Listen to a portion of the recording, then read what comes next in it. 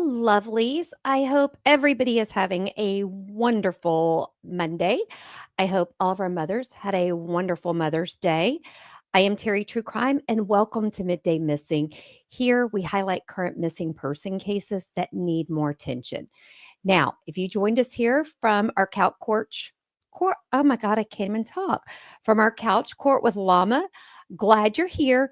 And I promise we are saving you a seat on the couch.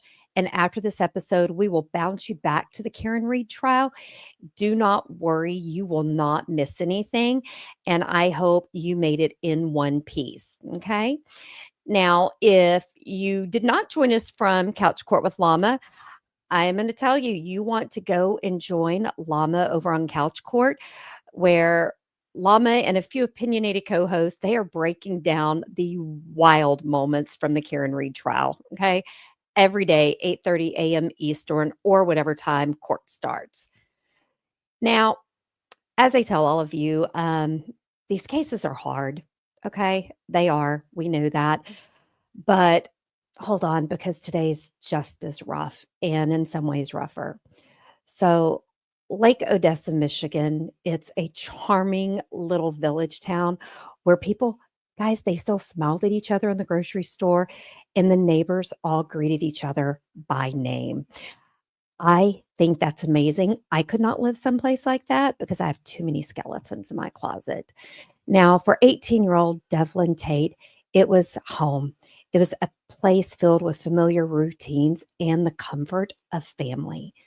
Now, guys, Devlin wasn't your typical 18-year-old. He had several medical conditions that made life a little bit more challenging for him. He had cerebral palsy, Tourette's syndrome, ADHD, and fetal alcohol syndrome. But, guys, he faced each day with courage, okay? He didn't let it get him down. And to those who knew him, Devlin was a kind and gentle soul. Now, his mental age, his family shares, is more in the line with a child between the ages of 7 and 12. His family says he was very outgoing, loving, and very social. And guys, he loved fishing on calm afternoons.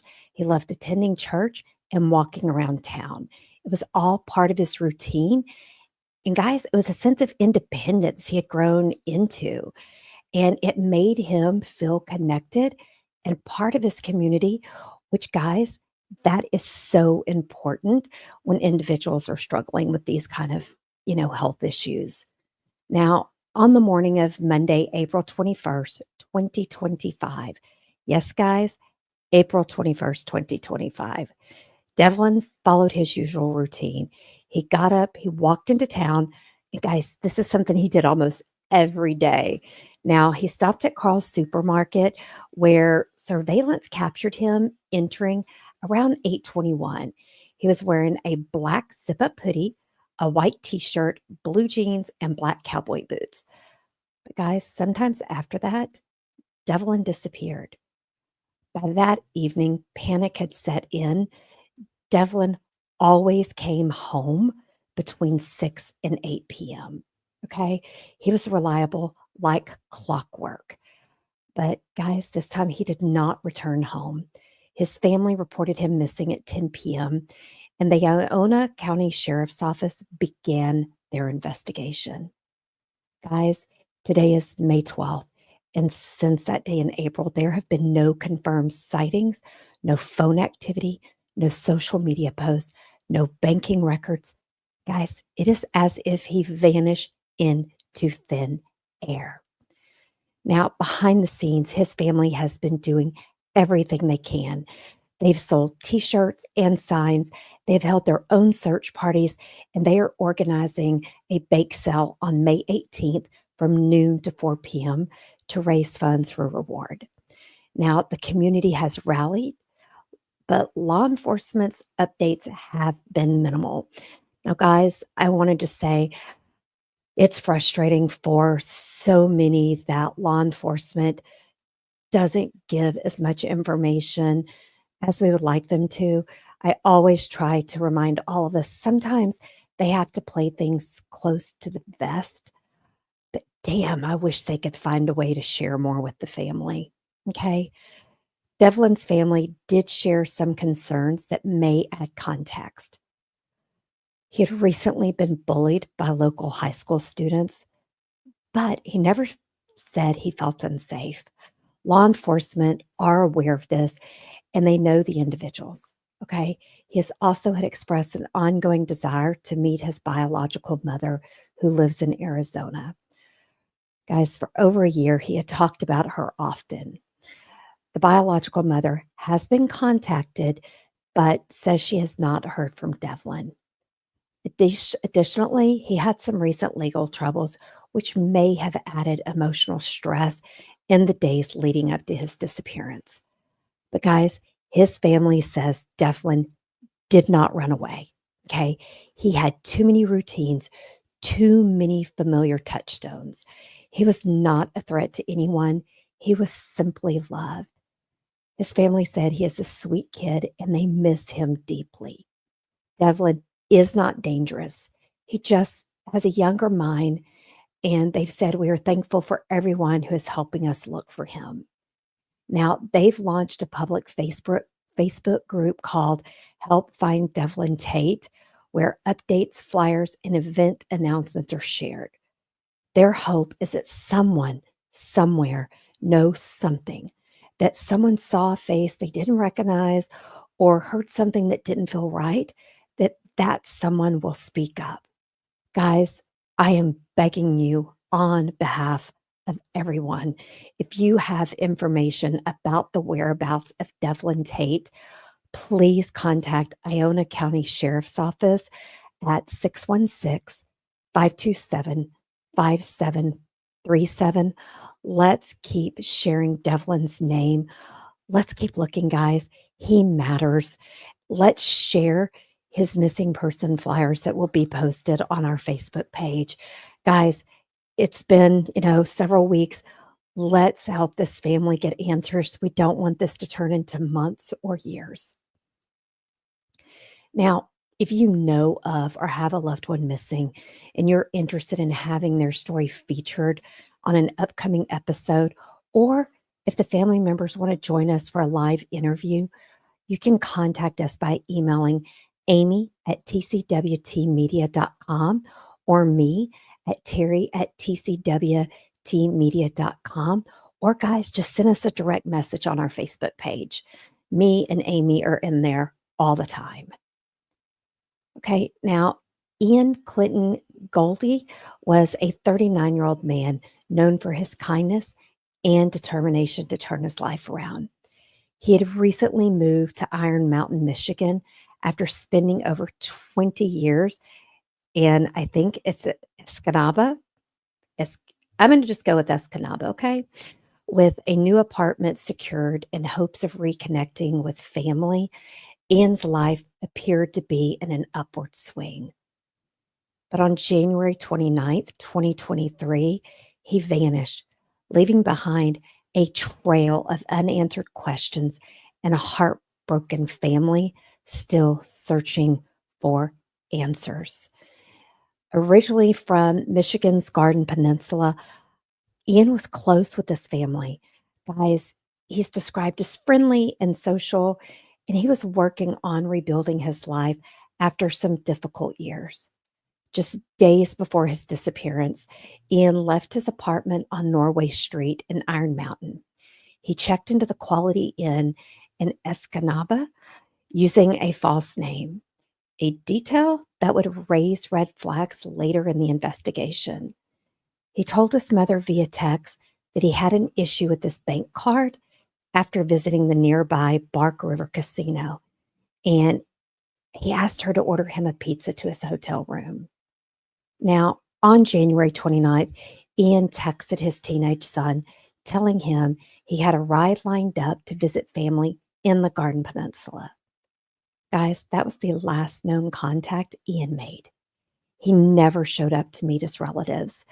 And when days passed with no word from him, something that was completely out of character for him, his family knew something was wrong. Now, authorities launched an investigation, but leads quickly dried up. Ian's apartment was empty.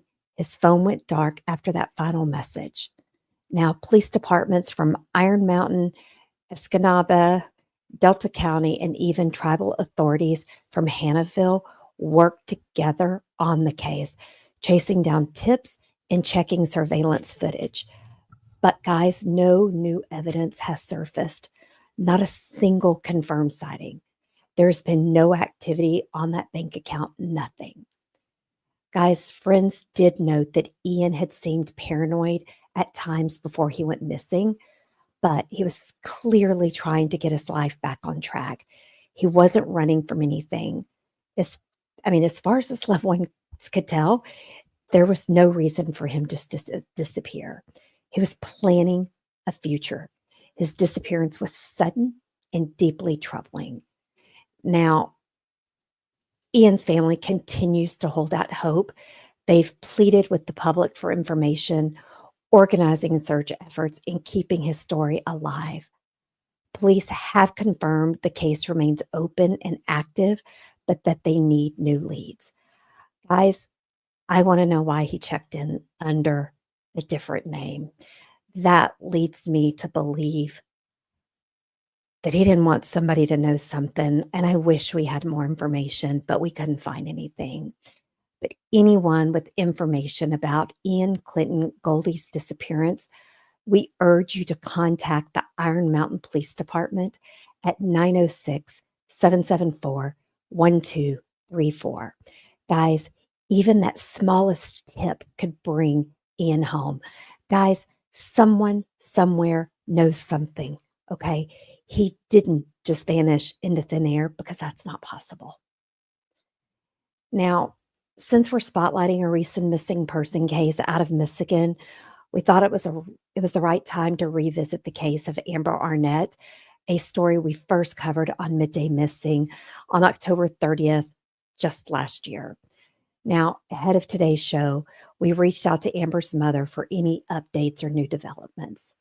Sadly, there was no new information to share. Amber's case remains as uncertain as the day she disappeared. There have been no confirmed sightings, no activity on her social media or her financial accounts. Now, there have been several tips that have come in and several searches. Guys, Amber's absence has left a quiet, painful void in Lansing and in the hearts of those who love her and all of us here at Midday Missing. If you have any information about what happened to Amber Arnett, guys, even something small, even if you think it's a rumor, just please contact the Lansing Police Department at 517-483-4600. Now, you could check out the link in the description of the show to this episode that'll take you right to where we covered Amber's story. Okay, guys, it has been a heartbreak for them, okay? Now, today, for Terry's tips, I wanted to share some tips I've learned in search and rescue training that I've done on how to search for missing nonverbal and or autistic individuals, or even those that maybe operate on a little bit lower level than what their age says. So when a nonverbal or autistic person goes missing, it is critical to understand their unique needs, behaviors, and potential responses, okay? For nonverbal individuals, you need to think about they may use alternative methods of communication, such as gestures, picture cards, or written notes, okay? So make sure you have those options ready if you decide to ever join in on one of these individuals being missing. Now, guys, autistic individuals and individuals that are operating at a lower age, they may respond differently to their name being called, or they may not respond at all. So you need to avoid assuming they are ignoring you, okay? Also, you need to use a calm, non-threatening tone. Loud or frantic calls may cause fear or sensory overload. Guys, I have a cousin who has Down syndrome, and Definitely when he has gone out on his own and he's had to be searched for it, he hides when people call his name really loud, okay? So that means you have to look a little bit harder and behind things. Now, if possible, you want to find out, are there familiar phrases or sounds that they are known to respond to, such as a favorite song, a noise-making toy, or a specific family member's voice. I know we covered one case, I can't remember off the top of my head what it is, where they drove through town playing the song that he liked on over an audio loud system as they drove through town. So something like that. Guys, also remember they, are avoiding those sensory experiences. It can also be bright lights, not just loud noises or strong smells. So you need to adjust your approach based on their sensory profile. Also, avoid sudden physical contact. A lot of individuals are sensitive to touch. Okay. You also need to bring along items they are comforted by, such as a favorite blanket, a sensory object, a toy. If they have a favorite dog or cat and you can take it with you, take it with you. Guys, also ask for a photo. If you're out doing a search, ask for a photo, take it with you, not only for accurate identification, but you can show it to them and hold it and say, hey, I'm looking for you. Okay. They may not understand what you're saying, but you can show them that and you can show them, that you love them, that you're there to help them. Now, you also want to, if you're the one assigning your family member setting up these searches, assign volunteers with very clear instructions. These are very special instructions. It's different. You can't just go out with a megaphone or with a loud mouth like me screaming. Okay. Also, if they have a GPS tracker on a phone, or if you've put one of those air tags in their, backpack, you want to use that, but you also want to share their tracking device with search parties. Okay.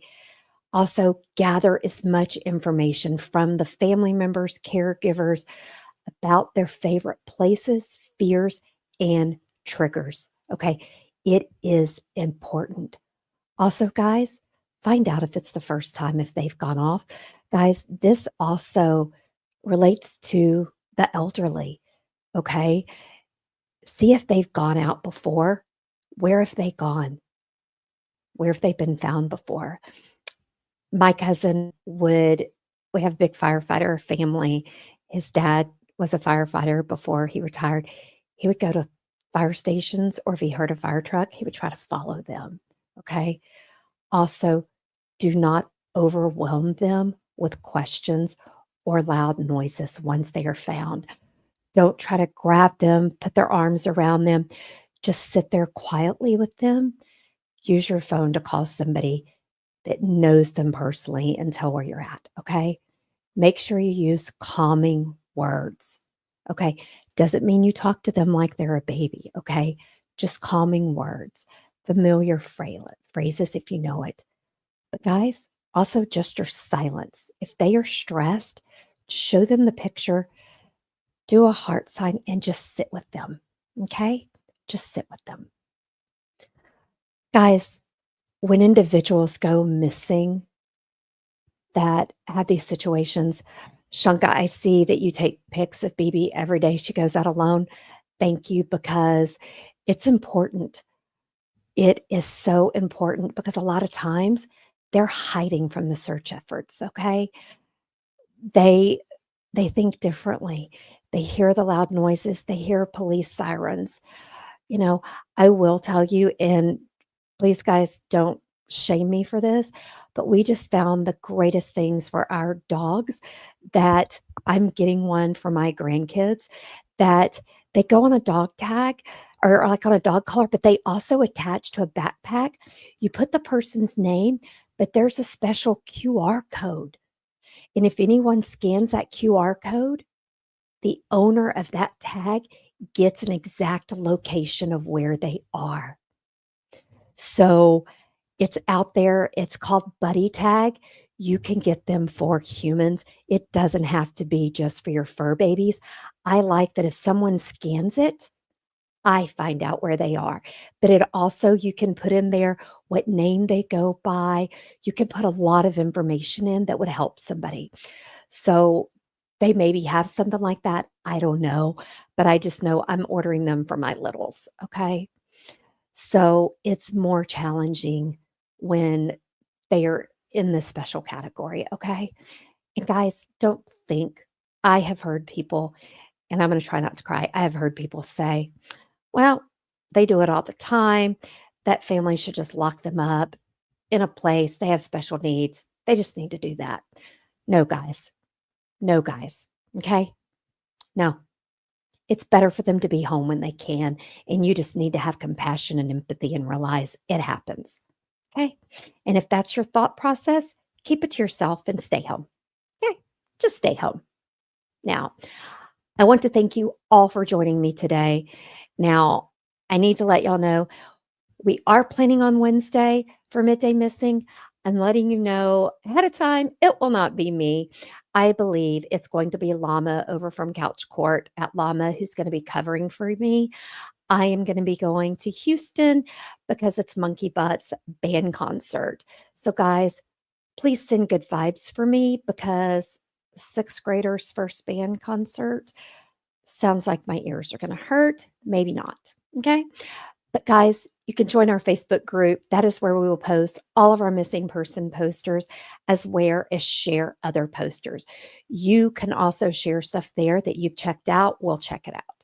Now, if you want to follow us on social media platforms to stay connected and be a part of the conversation, True Crime and Wine Time has a page.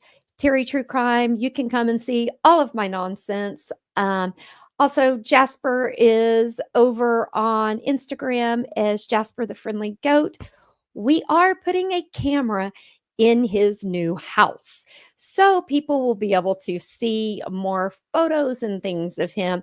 And he is getting a new baby brother. So stay tuned for that because we're going to need help naming him. Now, guys, True Crime and Wine Time will air this Thursday at 8 p.m. Central, 9 p.m. Eastern. Now, if you've never seen True Crime and Wine Time, we offer a weekly deep dive into shocking true crime cases that we pair perfectly with wine. This week, I'm going to be drinking vodka because we are covering the case Inside the Mind of a Necrophile, the chilling confession of Karen Greenlee. Guys, there will be some role playing. There will be some stuff. Okay. Shanka, thank you for lighting sage and putting out tobacco for my journey. I will also be burning sage on me and around me as well before I go. Guys, until next time, please stay safe, stay aware. But guys, if you see something, say something. Let's help these families bring their loved ones home. We can do that by speaking up and by sharing their stories. Okay, guys, bye. Don't worry. Tuck in your elbows, tuck in your ponytails, hold on your butt because somehow our, I can't even think, assistant producer, Amy, does some kind of teleport thing and you will all wind up safe. Okay. I will see you maybe later on Couch Court with Llama with some Midday Moscato because this guy, I need him. If Llama says I can come, I will be there. But I will see you guys later. Bye, guys.